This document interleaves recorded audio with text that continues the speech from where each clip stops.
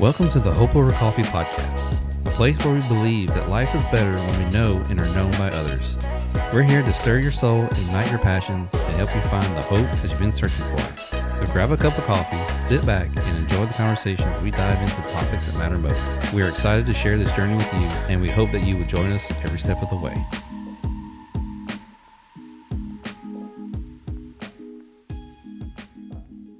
Welcome back to the Hope Over Coffee podcast. I am your host, Jared OJ, not Chad. Henry kept calling me Chad. It was I noticed it so late in the podcast, I didn't know what to do with it. Anyway, that's hilarious. It was interesting. So yeah. Now you got to explain who Chad OJ is to everybody. Well, yeah. Well, and what's funny is we actually have an inside joke in our family about me being called Chad. Yeah. And Henry had no clue about it at all. That's funny. And it was just, he was calling me the wrong Chad. He was thinking of Chad OJ, somebody knows. And it was interesting. But anyway, I just want to say, I am appreciative of all who will watch, all who listen. Thank you so much for giving me encouragement, for just seeing the views. And more than that, the fact that it is actually being shared and impacting other people. That's the whole reason I keep getting people on, is just because the word is spreading to share their story. And I'm so grateful and thankful for people like you that come on and do it. I do want to say, I don't know if you can see my shirt. I did make some new shirts. Cool. You probably like, I don't know what that means. I'm not sure. It's what you see is what you get. Okay. At Hope Over Coffee. I showed this to Angie. Same thing. They're like, I don't know what that means. It's I want to live a life that's transparent. Yeah. And I'm 100% me all the time. Okay. On camera, off camera, church, work, whatever it is. So I'm kind of going with a little campaign, I guess you'd say. I like it. Of what you see is what you get. I like it. It actually used to be, I think, back in the day, a programming thing. Like coders. Back in the day, you had to code, and then you compiled it, and then you looked at it. Okay. And like, oh, that didn't work right. So you had to go back and do it all over again. And then I'm assuming somewhere in the 80s, early 90s or something like that. I don't know exactly. But like, it got to the point where when they would code, they could actually see what they were coding in real time. So it turned into a what you see is what you get as you code kind of thing. So I want to live a life that is coded in a way that what you see is what you get all day long. That's every good. Day. That's good. That's how we should be, for sure. Yeah, I like that. I like that. So for those of you that want to buy one, I feel they're a little expensive, but I'll tell you why. It's a print on demand thing. I can't buy shirts to hand out to people. Right. So they're a little expensive, and this is a 3X because I am kind of a big boy. It's a little roomy. It's not bad. But if you go through the website to the store, I think Henry bought a shirt. Someone said Henry bought a shirt. Not this one, but one of the old ones. Okay. So I gotta ask him. Next time I see him, be like, did you buy a shirt? But anyway, cool. No, I like it. That's one of my struggles is like, yeah, when you, like, I only got saved like 8 years ago. And so when you're, again, I was all in from the beginning. I knew that I needed it. I knew that I needed something for my marriage. And when I went in, it was like, I can blend. Right. And I can blend really easily. I can disappear, and and I did that for a long time. And then you learn the ways of how to maneuver in the church and not get called out on things. Like, you learn that stuff. Yeah. Learn it very quickly, especially if if you're one that blends. And so that's something I have to fight all the time, is not just putting on a mask and just going like being real, being open, being honest, and not being like, it was religion. It was in the beginning, like I fell into that trap very easily. Right. So, yeah. So encouragement right off the bat. And y'all hear Jeremy talking. Let me introduce him. He is Mr. Jeremy Hutto. Our friendship is kind of short. I mean, I've only known you for a little while. And apparently I bring everybody I know on. I do actually have one podcast scheduled for Mr. Sean Emery. Do you know who that is?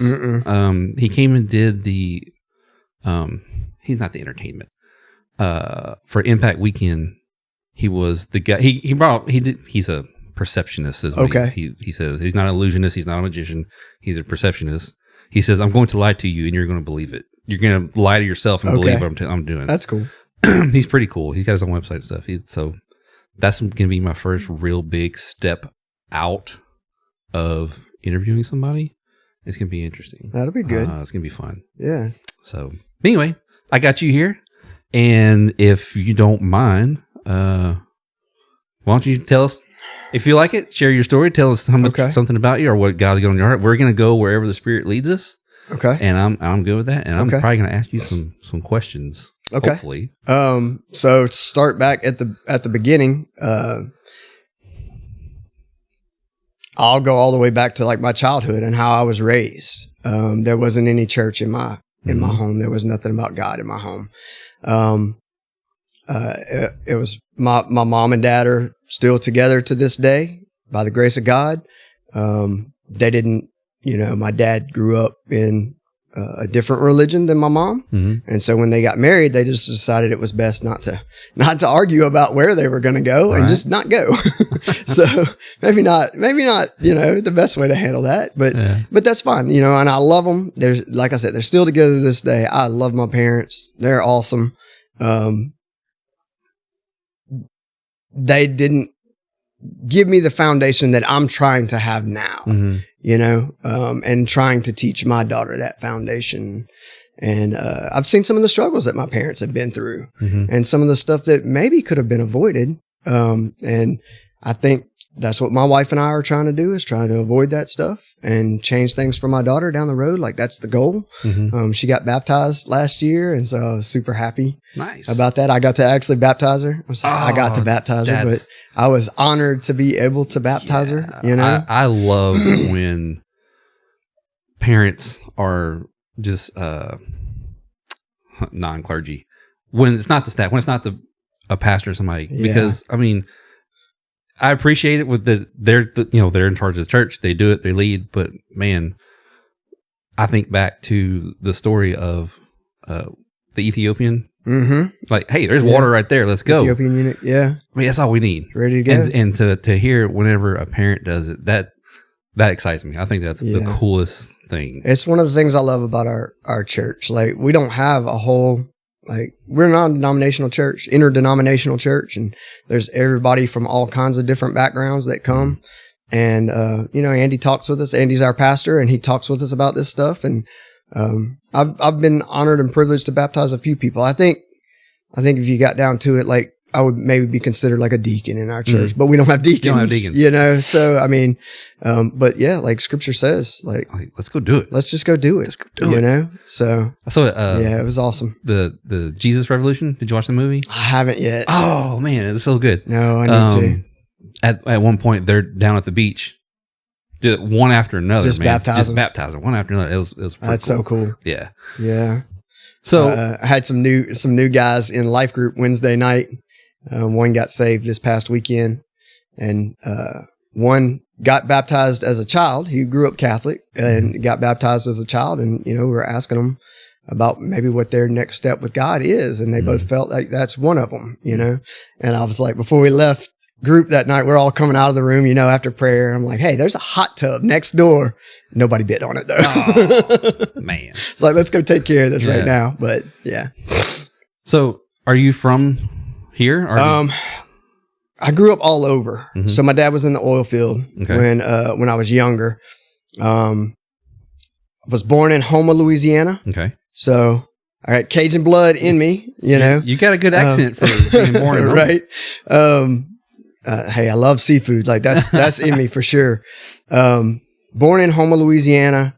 The oil field fell out in the mid 80s. My dad got laid off. They moved to Texas. So I've lived in Texas, like East Texas. My dad got in the oil field a little bit over there. And then it started picking back up, and they moved us back to Lake Charles, and he got hired on a shop over here. And we've been here since I was in 7th grade. So at 13 years old, we moved back over here. And been in Moss Bluff pretty much that entire time. My first year was in Lake Charles, and then they moved us to Moss Bluff for my 7th and 8th grade year. And then for the rest of the time, my younger brother was here the whole time he was in school, and still lives here now. Unfortunately, my parents retired. They live in Mississippi. They're a little further away than they wanted to be, but it's worked out for them, and they're doing good over there. So it's originally where my dad is from Mississippi. So I've lived all over, traveled all over. Right. But a little more about my background. Of course, my parents didn't, I didn't have that spiritual influence in my home, and let the world creep in, fell victim to, the enemy, pornography, lust, found all that stuff at a very young age. I started working in an industry where I'm in the movie theater industry. I travel around, I work on projectors, but one of the first jobs I had was working at a movie theater. And, if you watch movies today, secular movies, you never know what you're going to see. There's all kinds of stuff. That is true. And the science part of it, always intrigued me. And probably from the time I was 18, 17, something like that, I didn't believe in God and would tell people that I was atheist. And to the point where I would have one friend in particular, I'd have knockdown, drag out arguments with him. Really? Yeah. And, I was never really pushy about it, but, there were times I came to this realization recently that in my marriage, my wife was always the faithful one, and she went in and out of church. We moved a lot after we got together too. She was in and out of church, but there were times in my life where I'd see something and I'd show it to her. I'd be like, look, so I was trying to tear down her faith too, and fortunately I wasn't very good at it. I didn't convince anyone that I know of, I didn't have that kind of influence over anyone, but yeah, man, just lost to the point of, I couldn't stand. I thought religion was just caused wars, and you had to prove it to me, show me. I was so skeptical and cynical of everything and angry about everything. Right. And yeah, my wife started going to church when we moved back to Moss Bluff 11 years ago, 12 years ago. Started going to church and got plugged in at a church in our hometown, WRC, and started going to life groups. And she had never been really that plugged in. We moved around a lot too, her and I, before my daughter was born. We were together for 9 years before my daughter was born. And so we moved around a lot. And so she church hopped. She would get plugged in with a group of people and go to church with them for a little while. We ended up moving. But we've been back in Lake Charles for a long time. She got plugged in pretty early on and started going to life groups. And, she shared about me and how lost I was and that I was an atheist. And she had been praying for me already for a long time, but I think her prayers were probably misguided and misdirected. And they were kind of a selfish prayer to say that they weren't from the right heart. Right. Of I'm a child of God first before I'm her husband. Before that. And she wasn't really praying those things. She was praying. And I think that matters. I think specifically our heart matters when it comes to praying for lost people is a big thing, yeah, God heard her prayers, but I think when she specifically made that turn to, hey, this is for you, God, this is going to glorify you and it will help our marriage. And, she started praying those prayers, and that's what they helped her with in life group, to make sure those prayers were being prayed with the right, can't think of the word right now, but with the right mindset. Yeah. And, they started to, it was crazy how it worked out. I was at my wit's end, my wife and I were arguing all the time. And I found out in that time after we moved back, after about a year or two, we connected with old friends and started drinking and partying. And, I can remember one night where I was at a friend's house with her, and I had a bottle of cinnamon whiskey, Fireball. Bottle of Fireball. And I lost the cap to it. And I decided, well, I can't set this down. It'll get lost. And it'll get knocked over and spilled. And I proceeded to drink almost that whole fifth of Fireball. And it's crazy because that's not me. I didn't, even when we lived away, we went with friends and stuff. I'd have a beer here or there. Friends came over to my house. They'd leave beer in the refrigerator. It'd be there when they came back, months later. So I only fell into that whenever I got here and, saw that that's what everybody else is doing. I'm like, all right. So I had no control over it at all. Like I did not know my limits. Right. And I learned the hard way. And I said some very mean and very hateful stuff to my wife, specifically that night when I drank almost that whole bottle of Fireball. And around that time, she probably started looking for a place to stay. Like she was done. She was ready to move out, take my daughter. And yeah, it was ugly. It was not good. I just want to make sure I'm trying to I get the timeline. I might not be tracking everything right. Kind of just, So y'all had moved back to Moss Bluff. Yes. She was visiting different churches, or it was she went to a church for a little while in Westlake where her sister was going, and was going consistently with her, even to the point of teaching kids, pre-K kids or whatever, Bible study on Sundays and stuff like that. But we lived in Moss Bluff. She had friends over here that were going to church at a different church, and she just felt called to go to church where they were going. Okay. And so it's crazy how all that started out too. Like there's a whole story with that. It's like our friend's 15-year-old daughter started going, and then you can just see God connect these dots and all these ripples start to go out. Oh, I love the ripples. It was crazy. It was crazy. Okay, because you said something about your daughter being 8 somewhere in there, and then 9. So kind of this year or two time frame from church to so she was looking for somewhere else to kind of so probably a year or two. She found WRC. Very quickly got plugged into life groups because we're always pushing life groups. We believe that's where life happens. That's where prayer happens. That's where connection and relationship happens.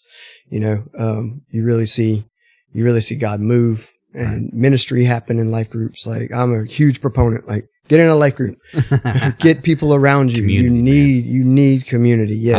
I'm a big pusher of community. Yeah. Safe community can get you through a lot of things. Yeah.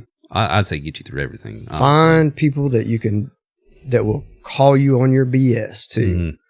Like when you are being fake, when you are hiding, when you are not talking, when you are, and find people that you can talk to about that stuff. I think some of the groups, been in whatever you want, you have to be close enough to each other to see when they're not telling you everything. It's just because you've been around enough, you know them, you love them, and it's like, you're not telling me something. What is it? Kind of thing. So I agree. I'm a big pusher of always with grace and with love and relational equity is what we call it. You have to have relational equity with people. You can't just come at them like, no, that doesn't work. You gotta build that relationship first. And it takes time. It's not an easy thing. So my wife felt so comfortable when she started going. She had always told people at church, who knew me and asked where I was, she lied to them in the past. And once she got plugged into life groups and saw, hey, these guys are a real deal. These guys and women are a real deal. Yeah. She opened up about me and our marriage and, all that stuff. Told them how we needed prayer. And they started praying very specifically, like so specific that they were hanging on her every week, like to come back and report back. And so like they prayed a prayer one night of like, hey, let him ask questions. And within the time of wherever they had group at, within 30 minutes or so of her getting home and her walking in the door, I was going, hey, what'd y'all talk about tonight? Nice. God started doing something in my life that quickly. Yeah. Whatever spiritual warfare was going on in my life, it was beginning to be pushed back. And because of their prayers and them bringing that before God. And I just want to make sure I'm understanding it. And if I say it wrong, I don't mean to, but basically you're saying that she went in, found out how the life group was going, and she just wanted a new husband. But going through life group, she realized, oh, there's something more. Yes. If he gets on track with God, then a result's going to be, my husband's going to be different. That's right. Okay. Yeah. And she always knew that in her heart. Like that's what was part of what was missing in my life, just being in church and stuff. She knew that was a big part of it, but her prayers were just, they weren't for that. specifically. They were always prayers for, hey, make him a good dad, make him a good husband, make him the husband that I want. Yeah. That's a selfish prayer. When it boils down to it, it's coming from a good place, but it is what we want. Yeah. I agree at the same time. It's like, but I see it as a byproduct. That's right. Yeah. If we get in line with God and we follow his heart and do what he wants, then what flows out of us is going to be the good husband, the good dad, the sacrificial leader of the home. Yeah. And that's another thing that was missing, was that leadership role. Was just, there wasn't no leadership for me. Right.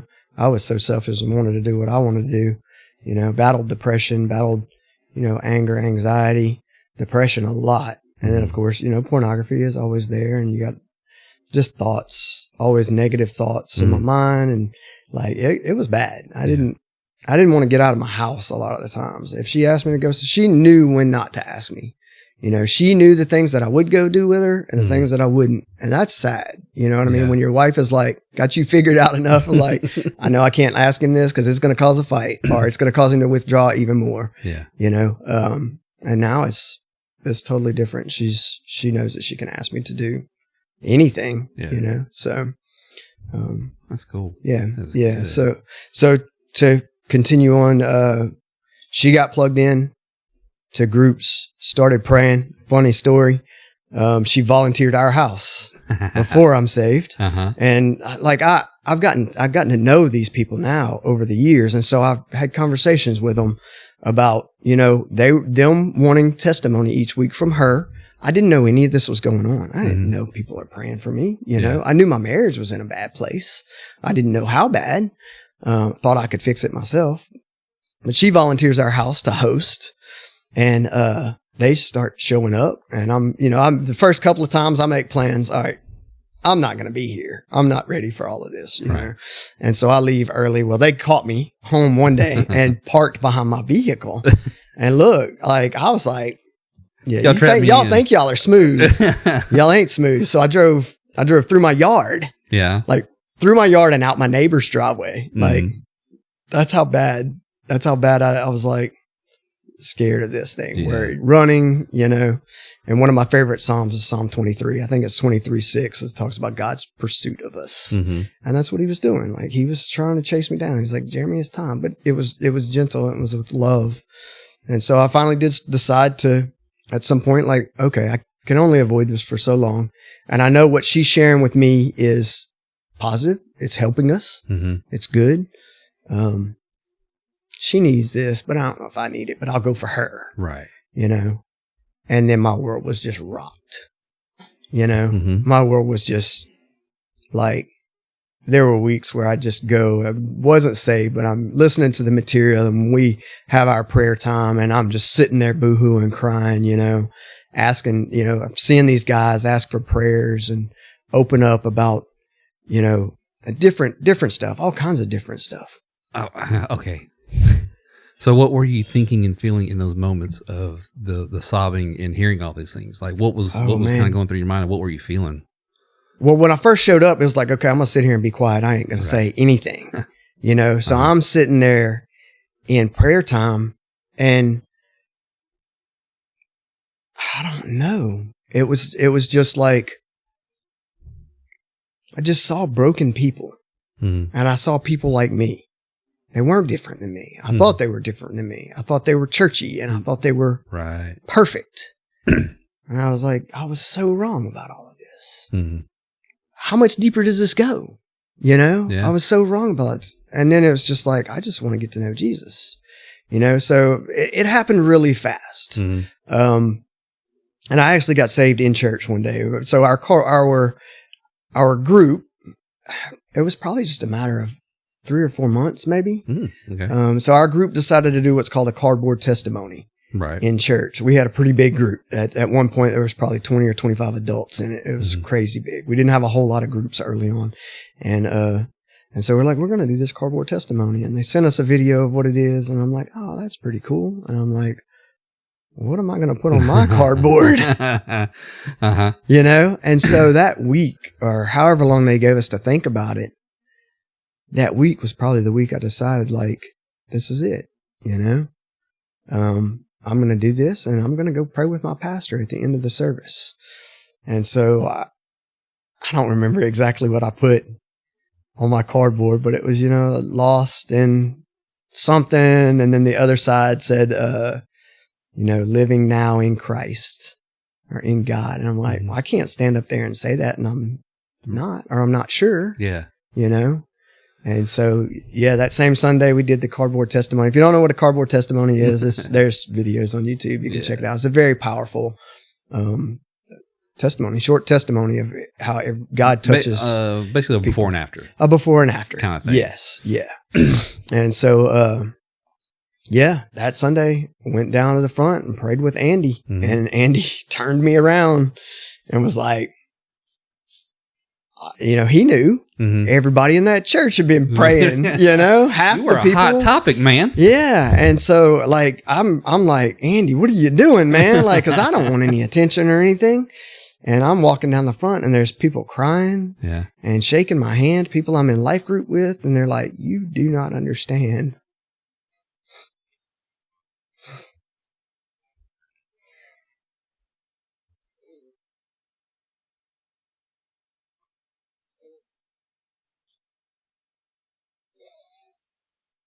They're like, you don't understand how many people have been praying for you. And they didn't know me from Adam, Yeah. So, sorry. No, man, what's kind of funny? There's actually a box of tissues right there in front of you. Yeah.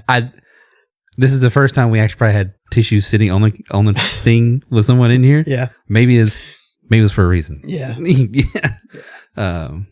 No, dude, I love when a man can sit and be in their emotions and express their emotions. Yeah. This whole men's mentality of not showing anything, it's bull. Yeah. I hate it. I'm tired. Causes I'm problems, sick of it. man. Yeah. It really does. So for you to be able to be vulnerable enough to have that emotion, to feel the weight of what that moment was. Yeah. I love it. Not to put you in a, I don't know. I just love it. I don't know how to explain it. This is how it's been ever since that day. Yeah. Like I walked out of that church crying, and I can't tell you how many times I've, and it feels good. Like it feels great. Like let it out. Talk with guys. Talk with your wives. It's okay to share this stuff. It's not weakness. It's okay to cry. It's strength. I'm going to mess it up, but I heard a quote this weekend about, nothing crushes shame like vulnerability. Yeah. Yeah. Nothing crushes shame like vulnerability. When we're vulnerable around each other, there's so much power in that. Yeah. It's great. Yeah. Absolutely. Yeah. Sorry. No. I know. I can't help I kind of knocked you off track a little bit. It's okay. That's okay. But you had turned around and didn't understand how many people were actually praying for you. Probably the whole church, to be honest. Yeah. And and they lined up at their, me and Andy are standing at the back door, shaking people's hands as they're leaving. And from what I understand, that's a very churchy thing that really doesn't happen anymore, but I don't know why he felt led to do that. But yeah. And ever since then, man, it's just there's been a fire in me, to consume God's word, to get to know who he is, learn it. Like all the problems didn't go away overnight. It wasn't that simple. Right. It's taken I don't want to use the word work because it's been great. It's been awesome. I love to fill my mind with it. I'm not always the best at articulating it, but I'm a melancholy guy to a degree, and I love to do the research and fill my mind. And so from then on, it was like, pinpoint, and not always in a good way. Sometimes filling my head with just knowledge so that I can talk to people. And that's good. I'm putting my God's word in me, but there's heart change that has to come. And that takes time, so I just want people to understand that this wasn't an overnight thing. Some people saw things in me right away. Right. Andy was telling me last week how the first time I came into church, he said, you were angry. Like your face was just, you were waiting for somebody to come discuss something with you, talk something or say something to you, so you could blow up, say something or just leave or whatever. He said, you just were angry. And I don't remember that, but I'm sure it's how I was, you know? And so some of that stuff changed immediately. And the rest of it's taking time, you know? Yeah. So, well, and I've said this on the podcast, I feel like quite often, but you have to work out your salvation. It's not that we're working to salvation, but in the heart change, we got a little work. We have some work to do on our side.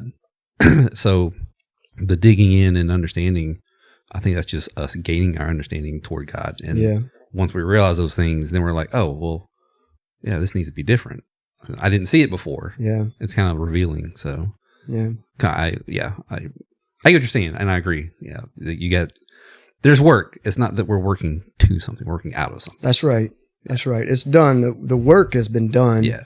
On God's side, we're just figuring it out. Yeah. You know, walking with Him and screwing it up sometimes. You know, and that's okay. Yeah. You know, that's why we have the people around us that we do. Try to, anyways. You know. Yeah. So, but yeah, it's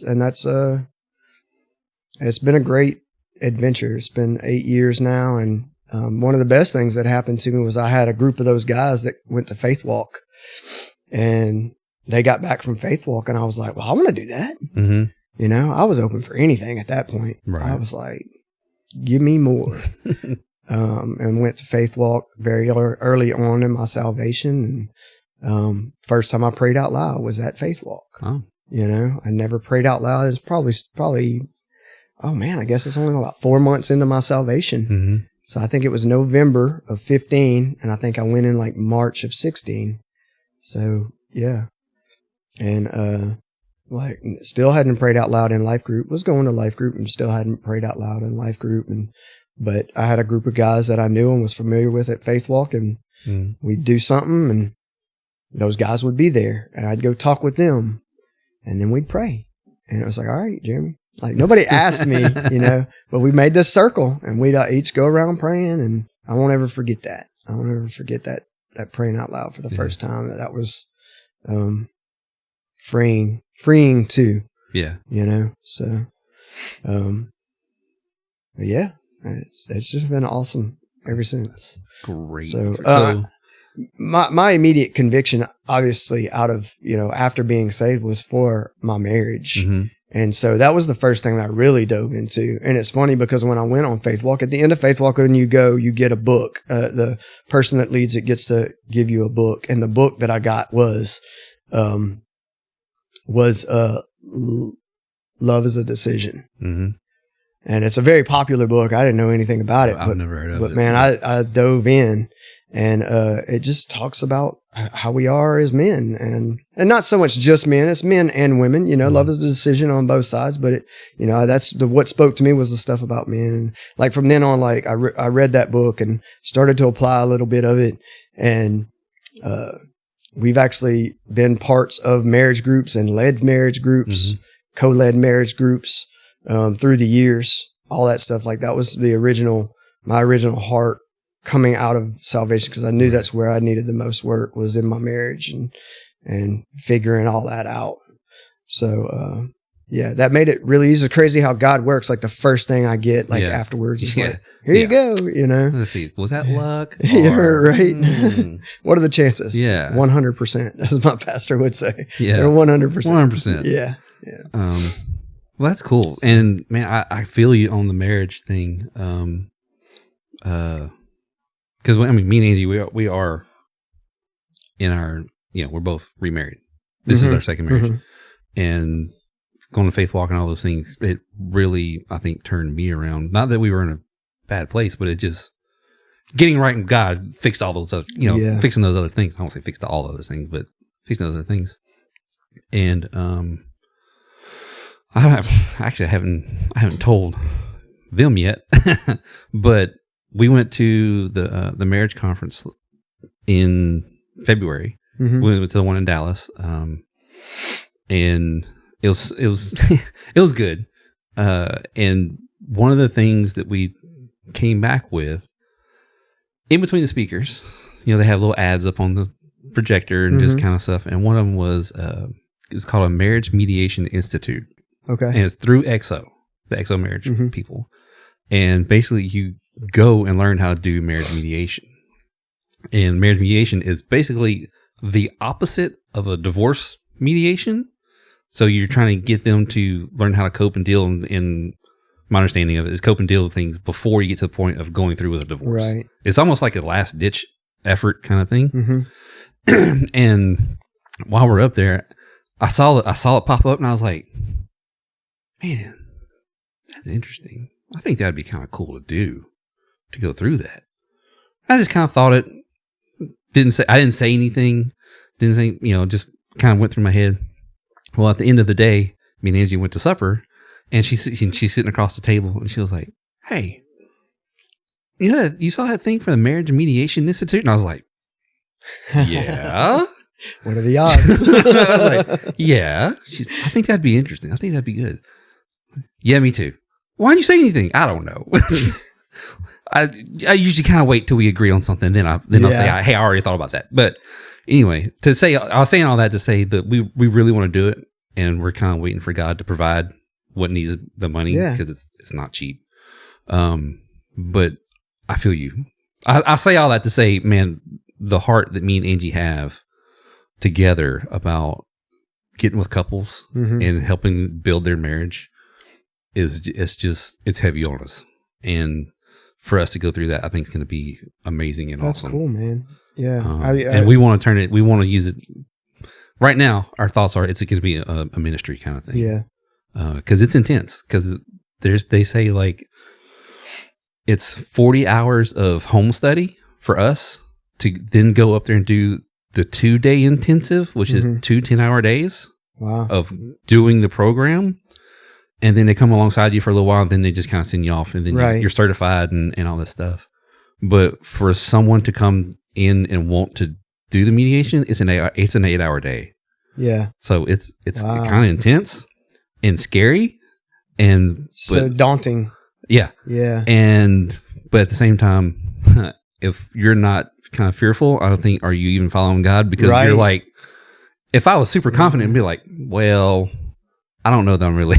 Yeah. I don't know about this, but again, I say all that to say, I feel you. Yeah. Like the heart of wanting married couples to come together and figure it out, put God first, and then the other stuff kind of starts falling in place. Even in the church, we see so many relationships fall apart, like all the time. It's it's around us all the time. And I'm the type of person that's just like, I'll sometimes keep like surface level. I can help. I'm not a professional by any means, you know what I mean? So I'm like, I did what I could do. I'm praying for y'all, and it should be more than that, I mean, at least somebody to talk to for those guys and girls. My wife is awesome and amazing and gives great advice all the time about all that stuff, and I feel like I'm always feel like I'm not qualified. I'm not good enough. I'm not, this and that. And it's lies from the enemy, You have life experience and you're married. And you can listen. I think that's the biggest thing is just listening. Yeah. Again, I've been saying this. I affectionately blame Roy. Roy at our church. Okay, Roy. He's the. I've heard about him. He's like the family pastor, right? He's a counseling pastor. Okay, parent counseling pastor. Okay. And I went through a couple sessions with him, and his main thing is being curious. God created us to be curious, and I say I affectionately blame Roy. God built it in me. Right. Obviously, I am who I am because He made me. But I think just pointed it out. He helped bring it out. Yeah. So just getting to the point of listening to people is so life-changing for some, because they go through life feeling like they're not heard by anybody, and you just spend 5 minutes of like, hey, what's going on? No, tell me what's really going on. Don't give me the thin layer of, oh, look, the weather's nice, and no. I can't stand small talk. Let's have a conversation. Let's dig into, oh man, that's your life? That's what you did? Stuff like that makes me excited. Yeah. That's good. I feel like I jumped you way off track. No, you're good. I've got it right here. The next thing is kids and how our marriages affect our kids. So one of the things my parents didn't have, and I saw my mom struggle with this, was after her sons were gone. And she just like, her world was just rocked because she had spent all these years, and it's not her fault. She had spent all these years pouring into us instead of my dad who's working offshore and gone 3-4 days at a time, like then there's that struggle. It's just them, you know, and I saw her try and find avenues. She brought in a cousin whose dad had died, a young girl, it's 10 years old or so, and her older sister, and thought, you know, I'm going to take them in. It's going to be this great thing. And after like a year, it didn't work out, you know?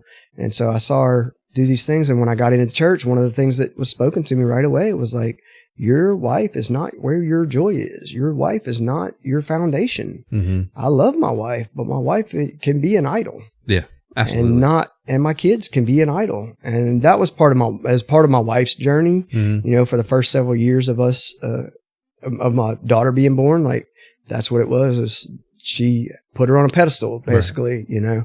And so that's one of the things that was big time, us figuring out like, hey, we have to work on us, because at 18 or 21 or 22, whatever it is, whenever she decides, and I know you've got, I know you've, I got one, but it's fine. I'm not, I say that in jest.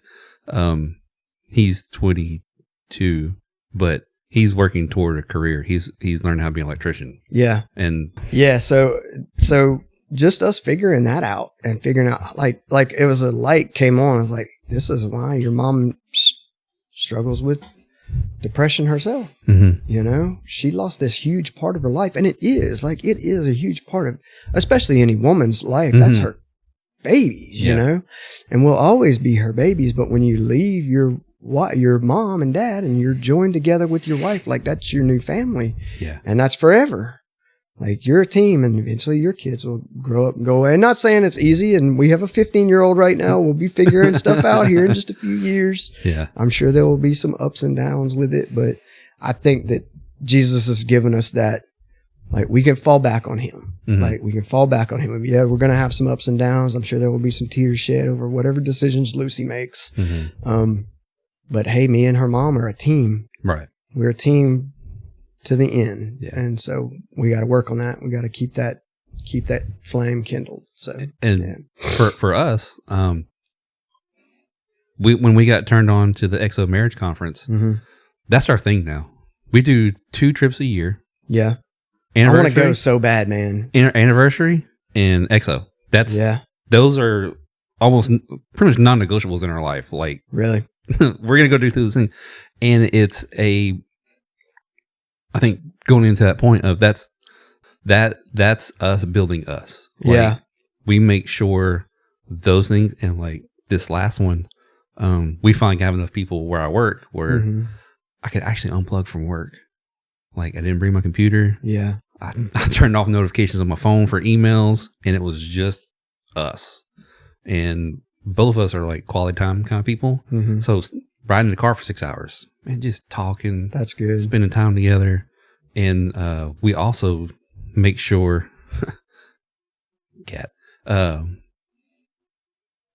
weekly date night, Saturday night, even if it's just going to get something to eat together and then come straight home and we don't go to a movie or whatever, it's still, we're trying to make that a priority too. Yeah.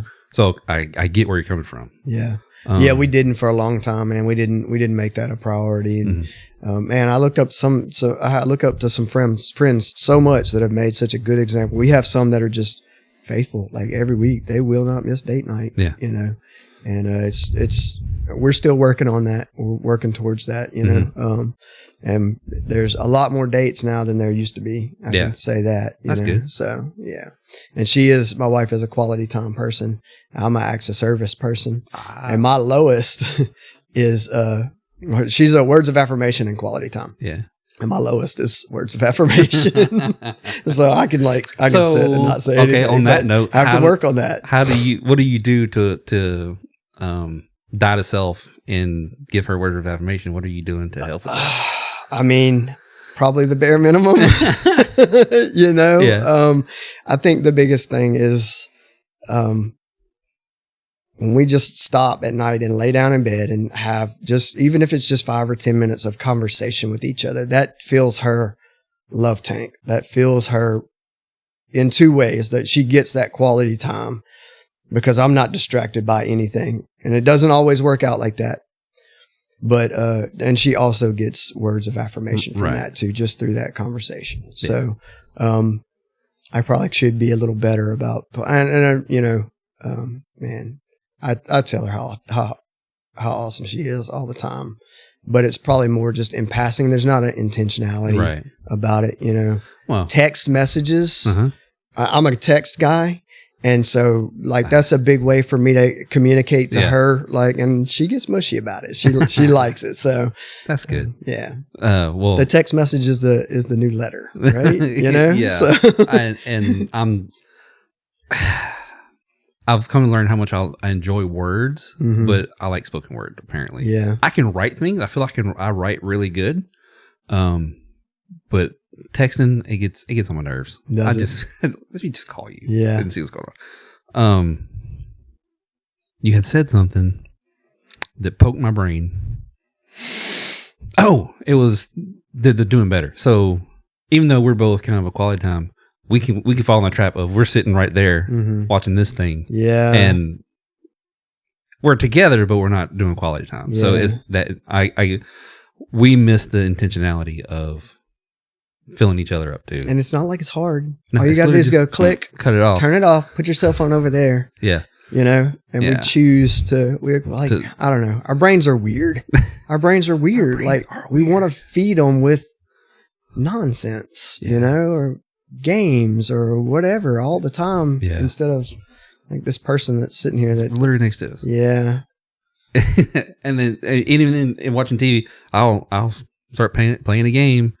And in a good way, it'll cause tension, but like we're the same. Yeah, I know this is stupid. Everybody goes through these battles, man. It's good that we're talking about it because this is something like we just came off a Faith Walk weekend, and one of the biggest things was like be intentional about spending time with your wife. Yeah, turn the TV off. It's off. Not hard. Set the cell phone down. Man, I mean during COVID, as bad as COVID was, and how it shut down the world, I enjoyed it. Yeah. I'm one of those people where we got to spend so much time together.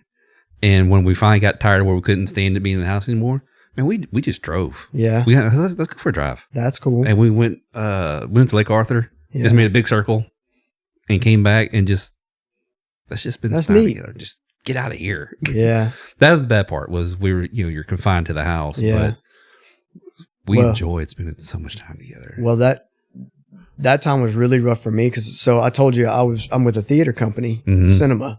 I work on projectors and sound systems. Well, I found out real quick that my job was not necessary. Yeah. You know what I mean? So we shut down. All the theaters shut down. We all got furloughed, and it was like we don't know where this thing is going. Yeah. And so I think it was from March till September, we were shut down. This is a great testimony, by the way. Like. Well, I'm sitting here thinking providing for your family. Yes. Instantly, my male brain is like, how do you make money? God came through. Yeah. You know, unemployment. Like I got on unemployment. But my spiritual side checked out. Yeah. Completely. I went to a very dark place. We had no church. We had no life group. Right. We weren't, not allowed to get together. Faith Walk shut down. Right. Like all these things were gone. On pause. And I went, whew, and immediately just fell back into old habits very quickly. And so that was a really dark time, but God provided. Like when I wasn't faithful, God was faithful. Yeah. So, God provided for us. I got on unemployment. I tried to network a little bit and make connections on if this thing didn't work out. We went back to work. So we were called back they laid off half of our workforce of what I do, our technicians, roughly half. There was 80 to 90 of us throughout the country in the whole company. And we're still running at about 40 right now. I was one of the ones that was spared. My territory expanded. My workload doubled when we went back. But we went back and they released one movie and people went. Yeah. And then Hollywood was like, well, that's all we got. Yeah. And then we shut down again. So we were open for about a month and then shut down again. And everybody went back home. Ugh. Except for me and one other dude. Dang. Me and one other dude. There were a few within the company and at our corporate office. They were all being paid half salary. except for me and this other guy. Yeah. So we had a project going in Houston. It was a new theater that had started construction before COVID. And it was our new, like state of the art, this is it. This is what we're going to do. And this is going to be the best of the best in Houston. It's a 24 screen. It's got everything you can think of inside. No bowling alley, but games, ice cream, food, coffee shop. It's ridiculous. It's got all the, 40X chairs that move and all, like everything you can This is in Houston? In Houston. You got to know where that's at because it's in Spring, Texas. It's called Bender's Landing in Spring, Texas. And I'll let you know. It's great. But because that one was under construction, we were, okay. So let me go back. So they furlough us again. And I hear for a week, I'm stressing because we had gone back and I'm working at this site and we're called and told, hey, we're shutting down again. And so it's like, crap, we're just getting back on track. My wife really panics. She really is like, well, what are you going to do? Like, you can't do unemployment anymore, I don't think. I'm like, okay, well, I'll find something. I'll reach out to some people. I'll find something. I'm not going to be responsible. But my reply to her immediately, even before saying any of that, because she was like, you got to do this, you got to do this, you got to do this. I can get you on at my work. And I was like, slow down. I don't want to do that, first of all. And we need to put God first in this. So that was really a light bulb moment. It was like really leading my family at that point, like we're going to trust God in this time. Right.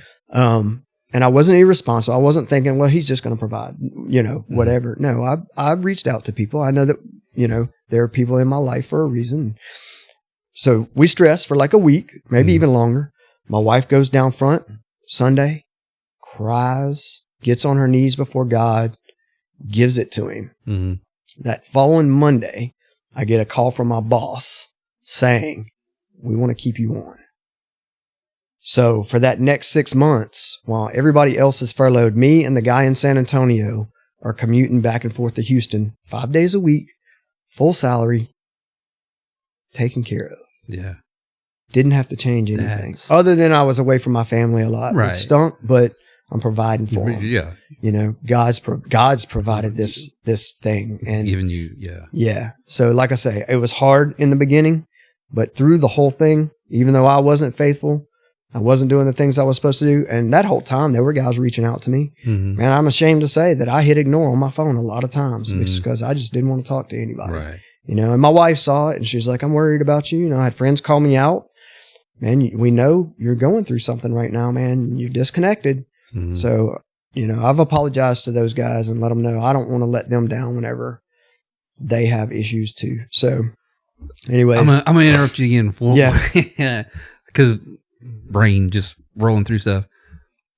How much did your faith grow the moment you got that phone call and saying that you were still staying full time? Like, to know that you're praying like, hey, God's gonna take care of us, and within a week, like, oh, he took care of us. It was amazing. I can't tell you how many people I called that I'm friends with to just say, and I feel like I need to share this at church. I don't know how, and I haven't, but I feel like I need to share this at church. I feel like God's giving me a testimony for something, right. And I just started calling guys like, listen to what God did, and so, immediately it grew my faith. It let me know, hey, I'm doing the right thing for my family. I'm leading my family properly. My wife can have reassurances in that, she doesn't have to worry about that anymore. It was huge. It was huge. Yeah. So, yeah. That's crazy. Yeah. And it hasn't been like the industry and as a whole is still not in great shape. Right. They started putting stuff out on streaming a lot more, Disney. And so it's still a battle. There's still a lot of us that haven't gotten their jobs back. I probably won't ever get their jobs back. I don't know if we'll ever be at full force like we were, but movie companies have also seen that they need theaters too. They're not getting revenue like they were. Just releasing stuff streaming. Right. People aren't spending $20, $25 on a movie for it to be released right away. You know, people aren't really doing that. Yeah. The movies, I think, will always be there to one degree or another. At least I hope so. Yeah. So that's what, when we were at the marriage conference, we went and saw, because that's when The Chosen was coming out in episode 1 through 3. Yeah. So we went to Cinemark, and it's kind of a weird place in Dallas. And there wasn't a whole lot of people there. Yeah. It was strange, and they had like a Pizza Hut in there. It was interesting, but yeah, I still enjoy the movies. Like I like going, but finding the right kind of movie. I going back to what you said in the beginning, man, there's some stuff out there. I'll never ever watch it. Learned so much about the battle being in our minds, and that's where it begins, and what we feed our minds. I use an analogy with a buddy of mine who works out a lot, and he's he's not new in his faith, but really like seeking the Lord now, and feeding his spirit the right things, feeding his soul. I heard something a while back. It's like we have, basically we have 2 wolves inside of us, one that lives in the dark and one that lives in the light. Which one is going to win? And the one you feed is the one that's going to win, and I think that's so wise. There's so much wisdom in that. So feed it the good stuff. That's what's going to win. Our spirit is going to win over our soul and our flesh. Yeah. So, yeah. Cool. Yeah. All right. So you're commuting back and forth. Yeah. What after that? So yeah, continue working. Obviously get through COVID. Everything kind of gets back to normal, but I checked out to the degree where I haven't been back to like that original flame that was lit in me and that fire that burned in me in the very beginning. It still kind of hasn't gotten back to that full, degree of seeking God. Right. I've learned so much, and I've learned to pace myself some too. Like part of that is like, just like I'm a people pleaser too, and I'm a servant. And so it's like, I want to do and do and do, right. But it's a hard lesson to learn that like, hey, some of that is not from God. Some of that is religion, and the devil's trying to wear you out, and just get you to go, well, I can't do this anymore. And so that's the good stuff that I've learned through the years of like, pace yourself. I've had some great guys pour into me and teach me that kind of stuff too. So in my very first episode, Blake Gilbert, he said it from somebody else that he heard, but I don't remember where he heard it. But saying no is providing the opportunity for someone else to say yes. Yeah. That's good. Yeah. I mean, I was like, oh yeah, that's good. I have a problem. Yeah. I was like, yeah, we can do that. And I'm like you now. I'm kind of like, I say no a lot more. Yeah. And there's nothing wrong with that. Like, no. And it's nothing my church has done, but I think churches as a whole, they need servants. Yeah. Like we need servants. We need leaders. And you can get stuck in an area too, and feel bad about not, and my church is not bad about that. They let us like, hey, you've been in an area a couple of years and you want to go to another area. And I think y'all's church is probably good about it too. Go through the 4th step of growth track again and figure out where you want to serve at, but serve. Yeah. Don't get stuck in the same area if you don't feel like you're supposed to be there anymore or whatever. But I think churches as a whole have kind of gotten that wrong through the years of like how they treat their servants and not giving them that freedom. Like you get stuck in a certain role. And also, I think this kind of goes back into the husbands in leading and the men of the church of not stepping up just because we're passive. We have the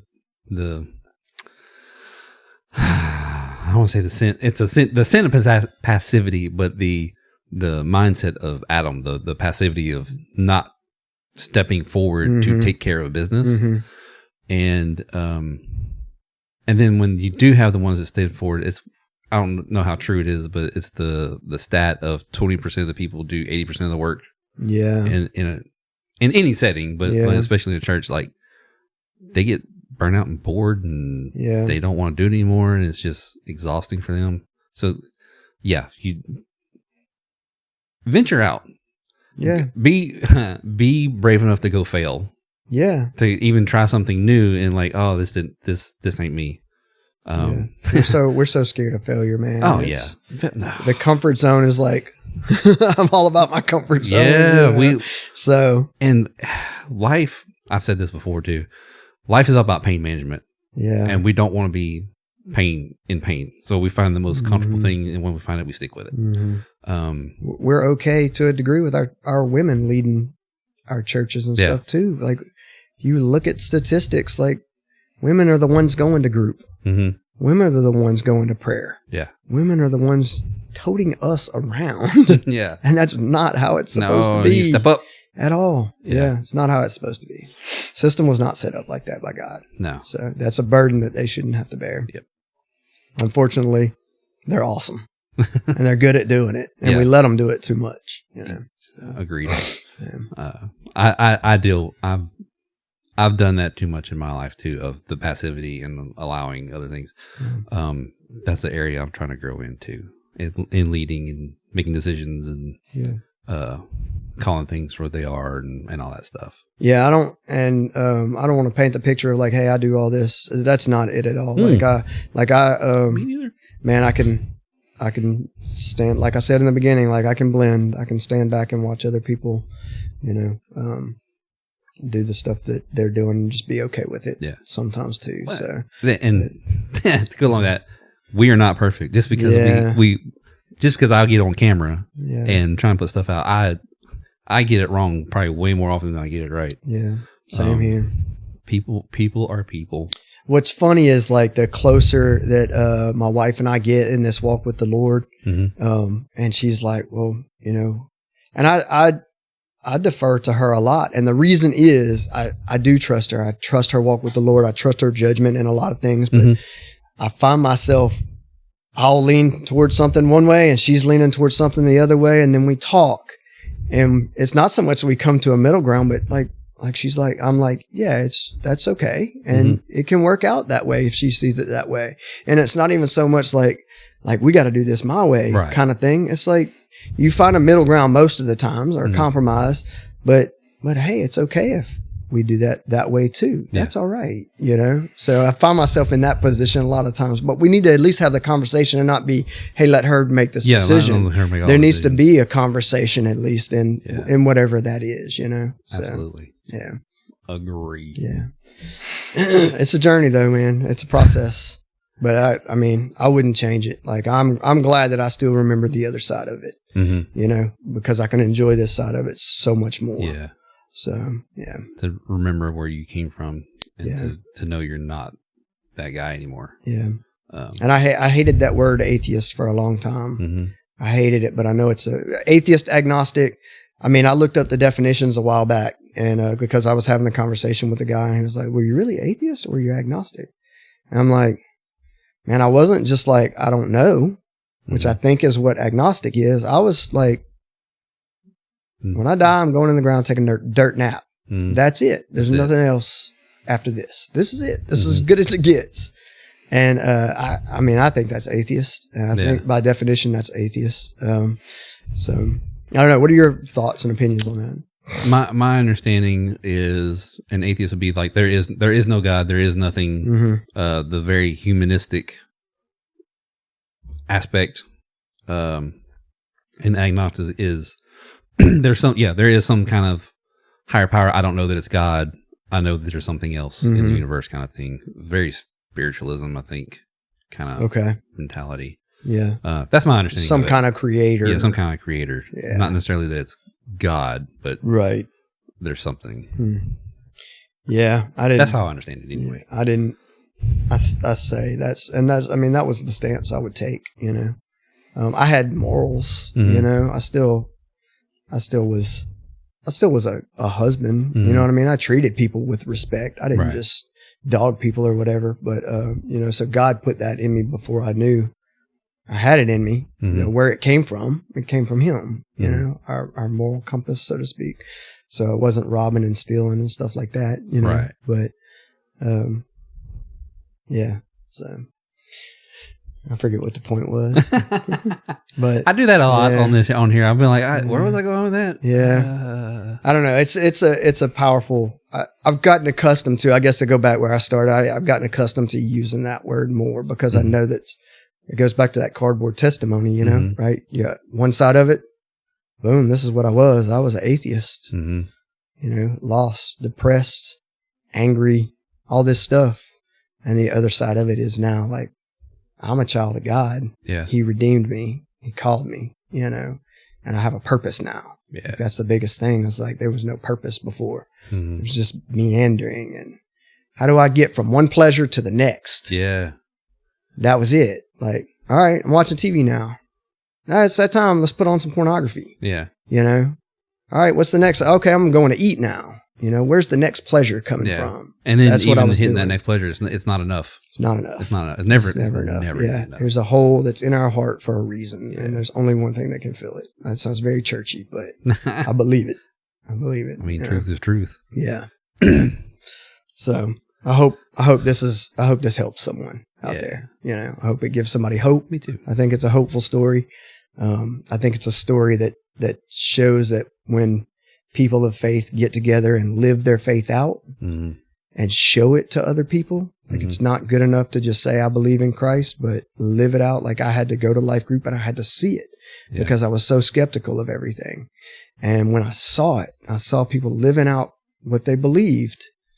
I was living out what I believed. It was mm-hmm. just negative things. Right. They were living for Christ and they were showing me what that meant.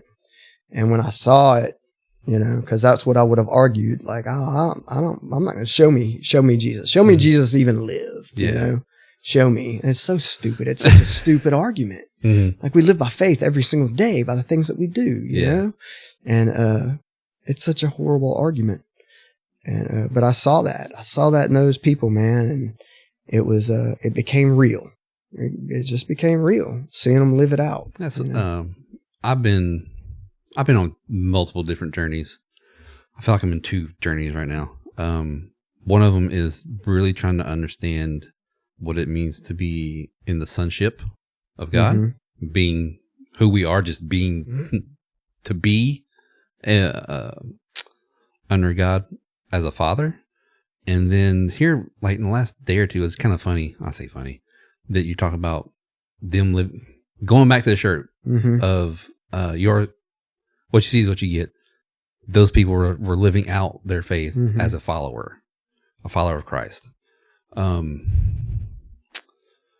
In the fact of not questioning my following, but questioning us as believers. Are we following him well? Mm-hmm. How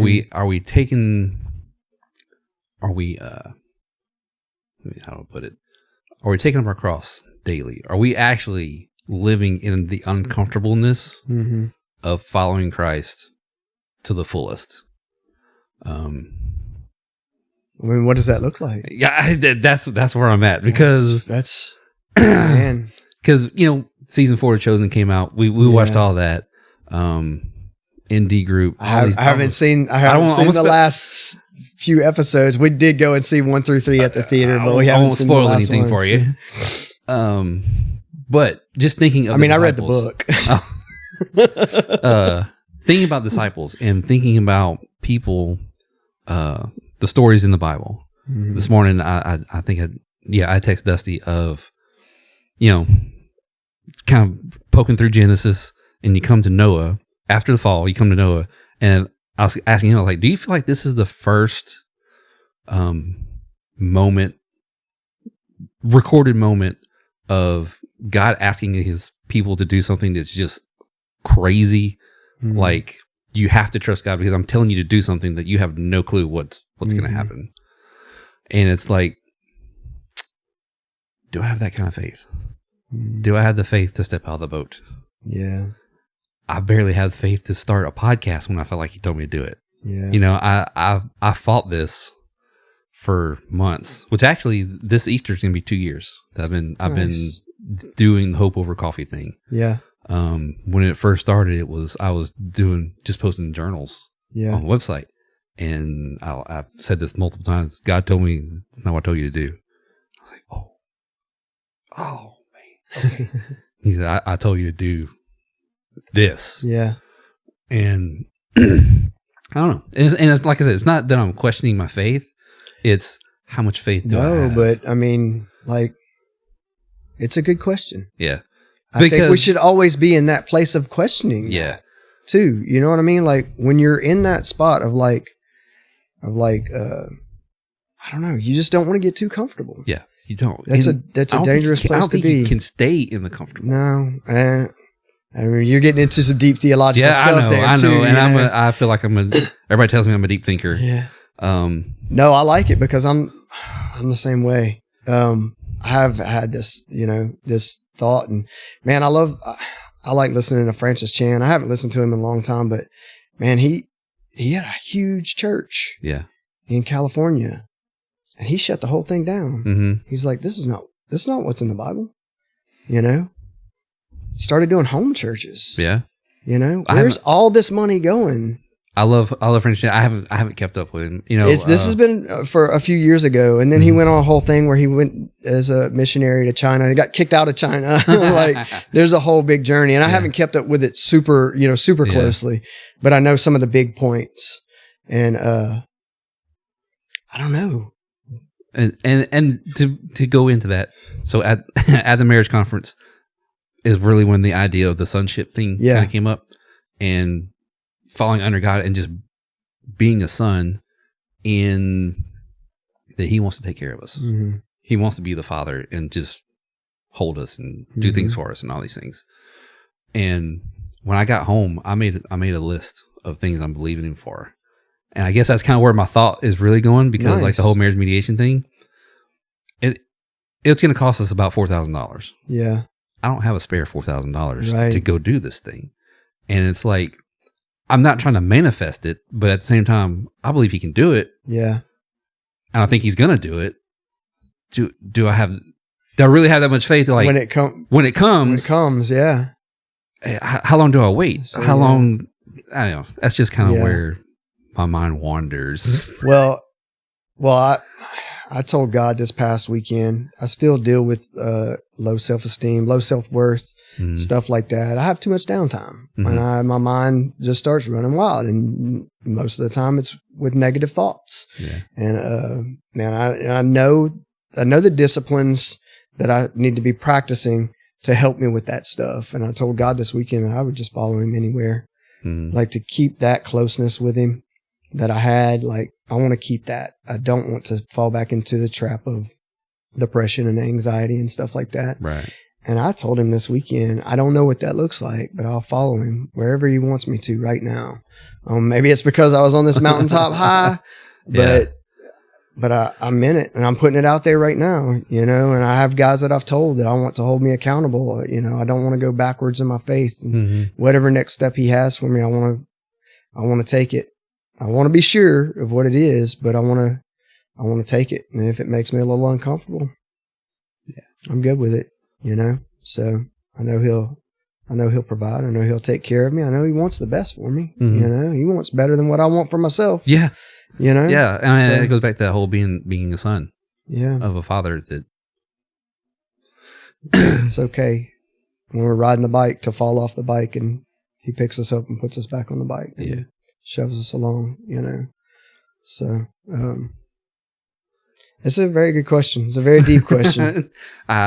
Again, like it's a battle though, especially for newer Christians too, because the stuff you read in the Bible and you see them doing in the Bible, you're like, we're part of a body, you know what I mean? So we can't do all of this stuff, but we do have a purpose. And if we don't step into that purpose, we're going to feel like something's missing from our life, but finding that purpose is key. Yeah. And so, that's what I was, one of the guys I listened to is John Chastain. He's at Victory Church in Oklahoma, and he just did a sermon and he was talking about, I think it was him.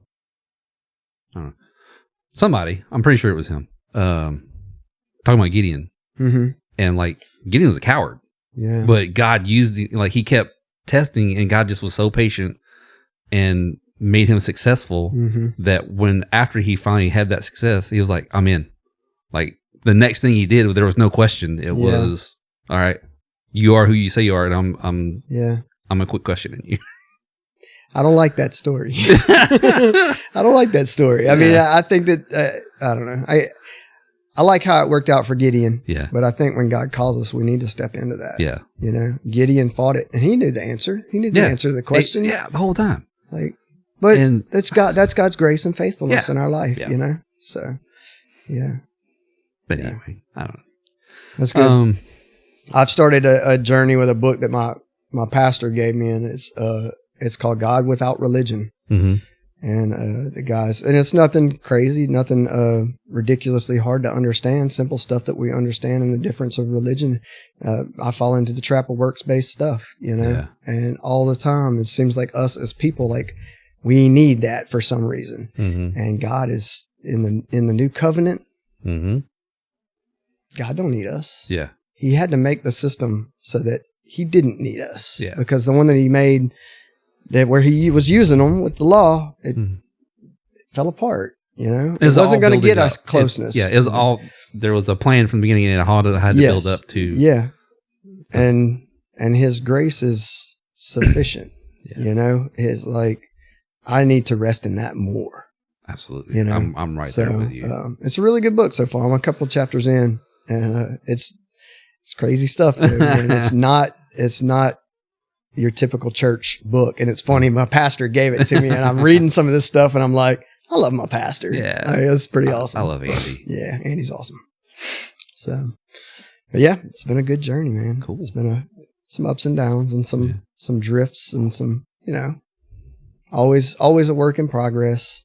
I had a friend tell me a long time ago, several years ago, that I feel like I told him I feel like I'm going in circles. Mm-hmm. You know, going in circles. It's this sin, and then okay, I'm good. I'm good. On to the next sin. On to the, you know, you go into circles. He said, yeah, you might feel like it's circles, but it's a spiral. It goes up towards God. Yeah, I like that. Know, and I was like, bro, you are good. I needed to hear that. That's wise. Yeah. You know, so yeah. That's good. Yeah. Well, did we cover everything in your story?